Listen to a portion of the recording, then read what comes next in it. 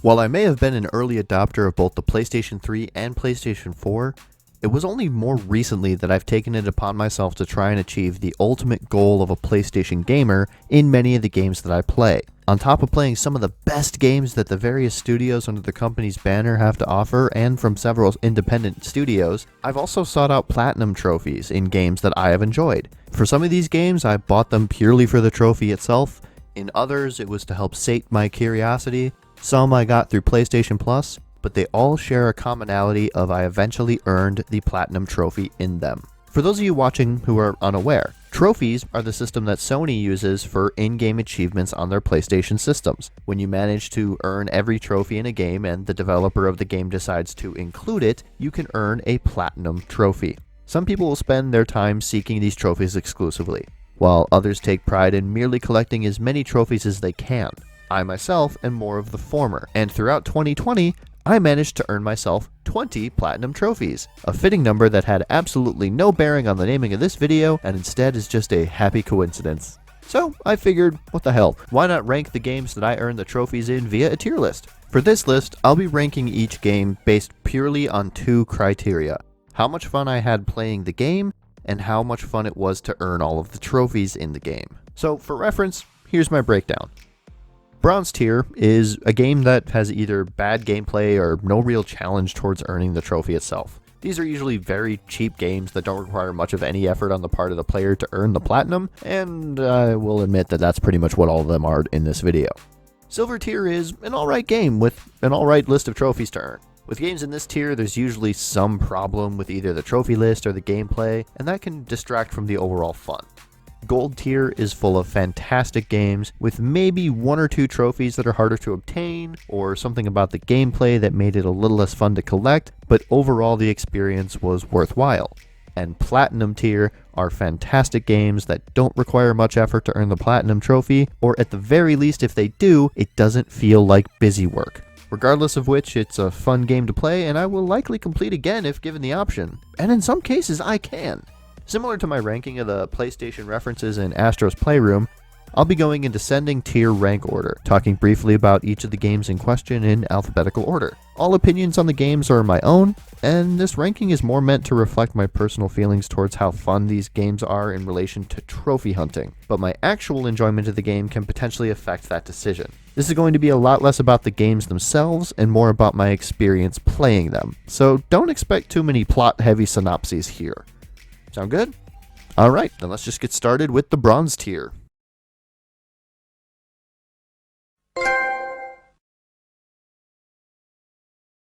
Of the bronze tier offerings on this list, Mr. Misagi is probably the one with the most in-depth gameplay, and that's really the only compliment I will offer the gameplay. Acting as more of a facsimile of a dating game, players interact with 9 unique bachelorettes, each with their own likes, dislikes, and personalities, and use that information to eventually unlock the game's ultimate reward: a well-earned and unique controller rumble massage. And I use the term massage loosely here. The game's writing has a lot of quirky humor and is worth at least a few laughs, but the game's various challenges can either be easily completed by following a guide or through just simple trial and error. If anything, I'm surprised this game wasn't as pervy as I expected it to be, given the name and the comments I read about it during my brief period of research before I actually bought the thing.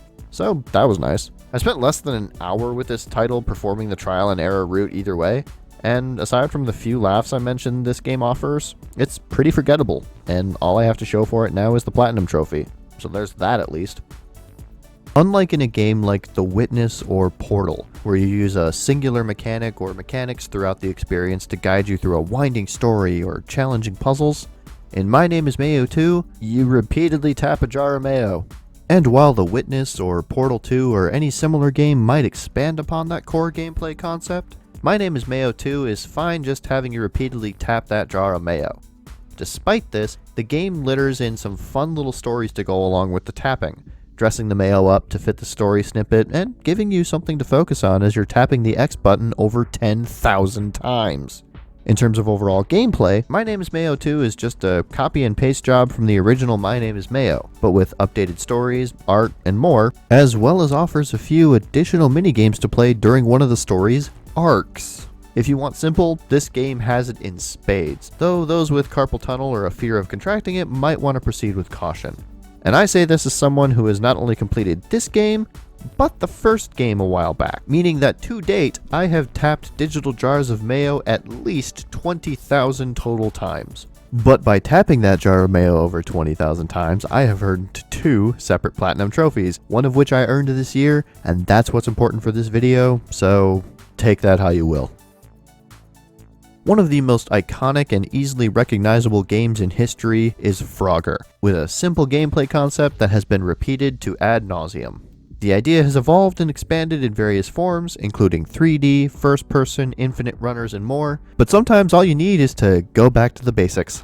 Road Bustle is just the bare minimum of that formula. See how far you can get running across roads with cars or tracks with trains until you're hit by something and have to basically just start over. It's a game that you can complete within 15 minutes, easy, unless you have the game glitch out on you and not award you with a trophy you should have earned, which happened to me twice. Overall, it feels like a high school project rather than an actual full-fledged game that would be released onto the platform, but I still earned the Platinum Trophy, so there you go. Much like Road Bustle, Snakeboat Otterific Arcade requires little to no effort on the part of the player, and instead you can literally get 100% completion on this in a matter of only about 5 minutes. Instead of playing Frogger though, players dodge arrows while on a boat, with difficulty levels adding more arrows, reducing your health pool, and darkening the arena. To get the Platinum, you literally only have to play each difficulty for a few seconds to unlock the next one until you get to the hardest difficulty, and then play through that mode and survive for 5 minutes total, not even in a single sitting though. I'm not even sure why it's called Otterific, to be perfectly honest. As a fan of otters, I was severely disappointed by the lack of otters in this game, but I did walk away with a Platinum Trophy in the end, so if you want another easy Platinum, it really doesn't get much easier than this one.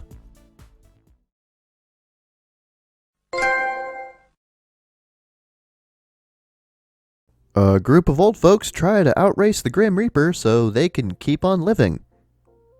That's literally all this game is about. Coffin Dodgers is a somewhat unpolished kart racer with a fun concept, but the game doesn't really go very far with it outside of a few generic ideas and clunky controls. The racers may all drive kitted out rascal scooters and use canes to attack each other, but other than that it's just a poorly made kart racer. Some of the level design is fun, and the fact that zombies come onto the track partway through each race adds a little bit of progression to the races. But otherwise there isn't much to each track outside of a lot of turns and the occasional jump.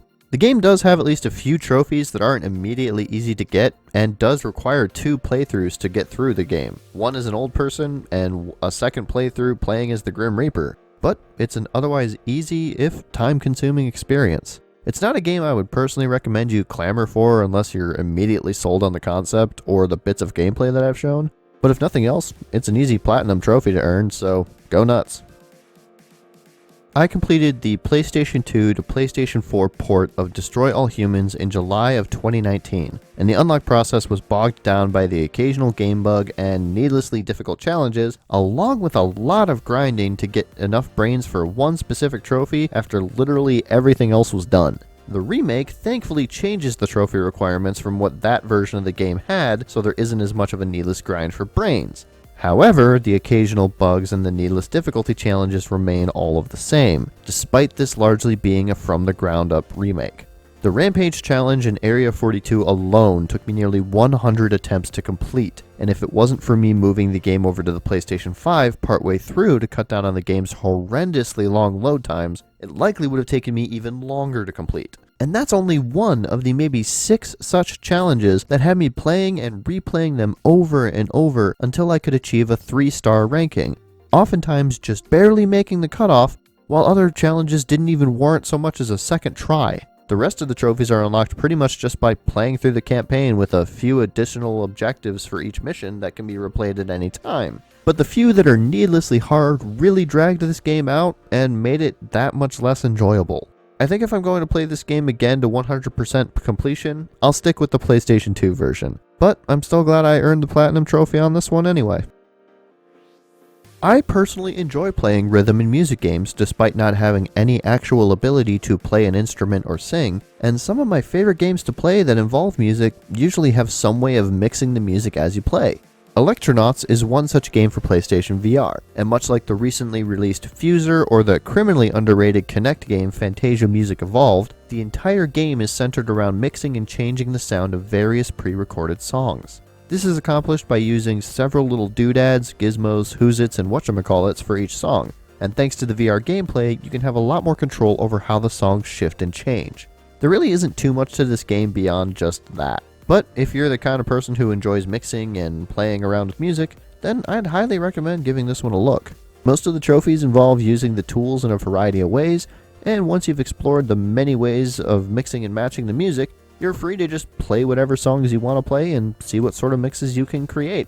While I much prefer games like Fuser to do this, I can't say I had a bad time playing. And while I wish the game had more to do outside of standing in front of a series of tools and changing the music, it's still a fun platinum to earn.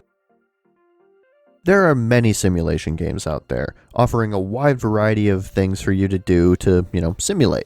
But I don't think there's anything quite like Coffee Stain Studios' Goat Simulator. While, yes, you go around the game being a goat, there's far less grazing in a field or climbing elaborate jungle gyms, and a great deal more of summoning demonic goat demons and fighting car racing hillbillies with giant boulders and your tongue.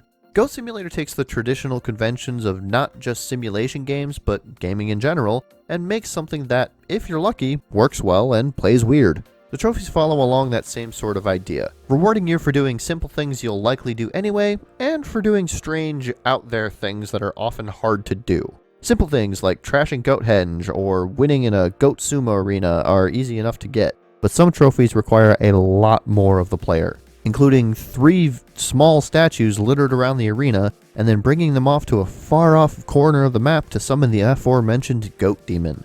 Regardless, none of the trophies are really too hard to do if you know what you're doing or look at a guide, so this was just kind of an interesting, if sometimes aggravating, platinum trophy to earn. Also, if I never have to play a Flappy Bird knockoff in a game ever again, I will be more than happy with that, as both this and My Name is Mayo had one, and this game's was absolutely the worst one of the two, and was a major deciding factor as to why this game received a silver tier over gold. I enjoy games that feature stories with heavier subject matter, as well as games that have a heavy emphasis on combat and or puzzle solving, but it's not often that a game focuses heavily on both of them. Hellblade: Senua's Sacrifice is one of those games that does this and does it relatively well, but it still doesn't feel like a well-executed undertaking in some areas. The combat, while well built and fitting for the setting, oftentimes felt more like a game necessity to me rather than an actual requirement for the game's story. With the exception of being tied to the conflict of the story and for the finale of the game, the combat feels more like a stopgap between all the walking around and puzzle solving that you'll be doing for the majority of the experience. As far as the trophies are concerned, all you've got to do is play the game through to the end, with the exception of finding all 44 of the lore stones, most of which are easy enough to find as you play, but miss even one, and you basically have to replay the game from the start and hope you don't miss them again, since there's no way to replay any of the levels you've moved past once you've completed them. Overall, I did enjoy my time with the game, but I feel like it could have had some better reasoning for the combat outside of justifying the story decision that Senua is a warrior, and I wish that the collectibles were either not a trophy, or you could at least go back and replay levels rather than having to start the whole game over. Still, this was a relatively fun game to play, and I'm glad that I could earn the platinum trophy for this one. I just wish it had been that extra bit better. Ratchet Deadlocked is easily my favorite Ratchet & Clank game for the simple fact that my favorite part of the early games has always been the arena combat segments that were only part of other titles. Despite my adoration for the game, however, I somehow missed that there was a PlayStation 3 port of the game, and after playing it, I can see why. After 2 different instances of my saves getting corrupted, I had to save after every mission, redo some when they crashed halfway through anyways, and ultimately played the game all the way through 3 times, despite only needing to do it once to earn all of the trophies.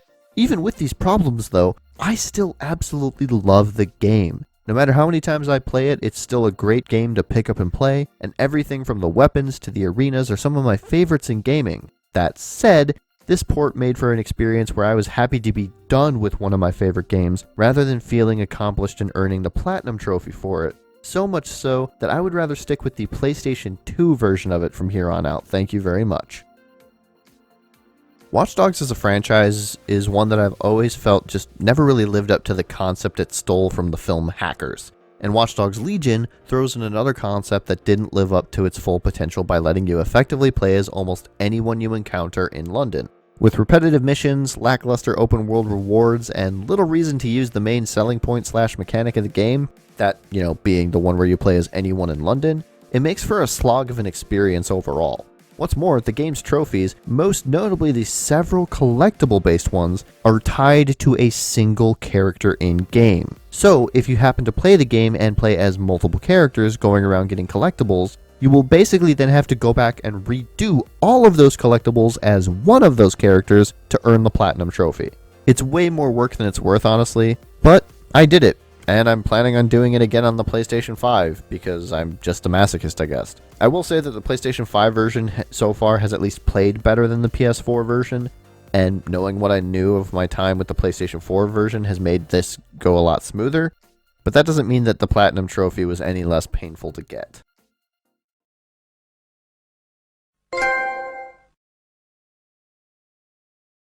I technically already have this one through the Jak and Daxter collection on PlayStation 3, but I love Jak and Daxter the Precursor Legacy so much that when I learned they were releasing it once again on PlayStation 4 alongside Jak X Combat Racing, I knew I'd have to probably complete it again, and I loved just about every moment of it, with the full intention of completing Jak 2 and Jak 3 on both PS3 and PS4 at some point in the future. I will say that some of the trophies are a bit tougher to do than others, most notably in terms of the collectibles, but overall, if you like the game already, you'll probably enjoy playing it again to earn the Platinum as much as I did. When I initially completed Marvel's Spider-Man on PlayStation 4, I always had an intention to come back and play it again because I just enjoyed it that much. So when Insomniac released this remaster with the option to port your old save in and effectively unlock every trophy again on the PlayStation 5 with no effort, I decided to instead replay the game and enjoyed doing it, mainly because I already had sold off my PS4 copy and that was required for the save, and the remastered version was somehow buggier than my time on the PS4, so don't look a gift horse in the mouth, I suppose. I don't recall any major problems when I played the PlayStation 4 version outside of some minor audio stuff, but the experience this time around featured a lot more visual problems than my previous playthrough on the PS4. And no, I am not talking about the model swap for Peter Parker, which is honestly just fine. Though it does feel a little out of place in terms of character lighting in some scenes, but that's more nitpicky on my part. Even so, I had a blast swinging through New York once more as the Amazing Spider-Man, and eventually swung away with another Platinum Trophy for my efforts. While Minecraft Dungeons is ultimately just Diet Diablo, a sentiment I made in this video here back around the time the game released, it's still a mindlessly fun game to play through, especially when trying to earn 100% completion. The most difficult part of earning this one was simply playing through it at least 3 times to get all the difficulty related trophies. But even then, your gear can carry over between runs, and you're constantly getting better gear or upgrading it anyways, so it's not really that hard to do. Overall, I still prefer regular Minecraft in terms of overall enjoyment, but this was a fun experience to earn a Platinum Trophy in. I absolutely adore OKKO Let's Be Heroes, and it's become one of my favorite modern cartoons right alongside Avatar: The Last Airbender and Gravity Falls. So when I found out that there was an OKKO game in the form of OKKO Let's Play Heroes, I sought out a copy that also came with a Steven Universe game and basically played it until I completed it. The combat can be a bit repetitive and the gameplay loop is rather simple, but it's overall a fun, addictive experience, and if it wasn't for 1 or 2 collectible related trophies, it would probably be a platinum tier ranking on this list. One of the collectibles literally has you search for hidden codes in Season 1 episodes, some of which that can only be seen on screen for a frame or two, so you can either go back through each episode frame by frame and search for them, or find a list online, like I did. I'll take any excuse to rewatch the show, but that's going a bit too far even for me. So I went the easy route, looked up the codes online, and walked away with a platinum trophy for my lack of effort. I may be a masochist who will tap a jar of mayo 20,000 times or subject myself to the horrors that is Flappy Goat to get a platinum trophy, but I'm not insane. Rick and Morty Virtual Rick-ality is both a lot of fun to play if you're a fan of the show, and a good early showcase of what you can do with VR. I also found out that while putting this video together, that of all the platinum trophies I've earned, this is the one with the lowest platinum percentage of about 5% as of this recording. Meaning of all the people who've played this, only 5% of them have the platinum trophy. And I can understand why. This one languished in my backlog for well over a year because of one trophy.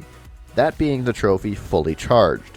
To earn this trophy, you replay the battery charging minigame that you played during the main story of the game. Only now, you have a battery that requires a minimum of 100 inputs from you to charge, and as you start doing these inputs on a panel of 5 simple switches and buttons, the speed at which they appear and deteriorate begin to ramp up considerably, making for a stressful time. It took me about an hour just to get this one last trophy, but otherwise the game is just a lot of fun and feels like a small episode of the show in a way. So in the end, I walked away mostly satisfied with the platinum trophy that I unlocked.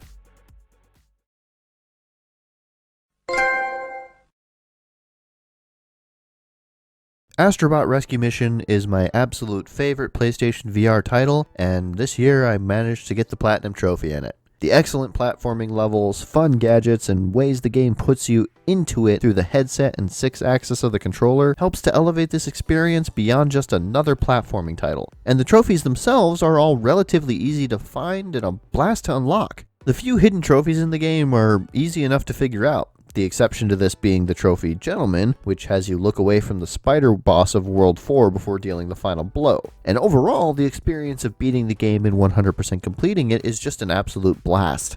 This game offers enough content to keep you going for hours, and as you can get closer and closer to that platinum trophy, you'll probably see why I regard this game so highly.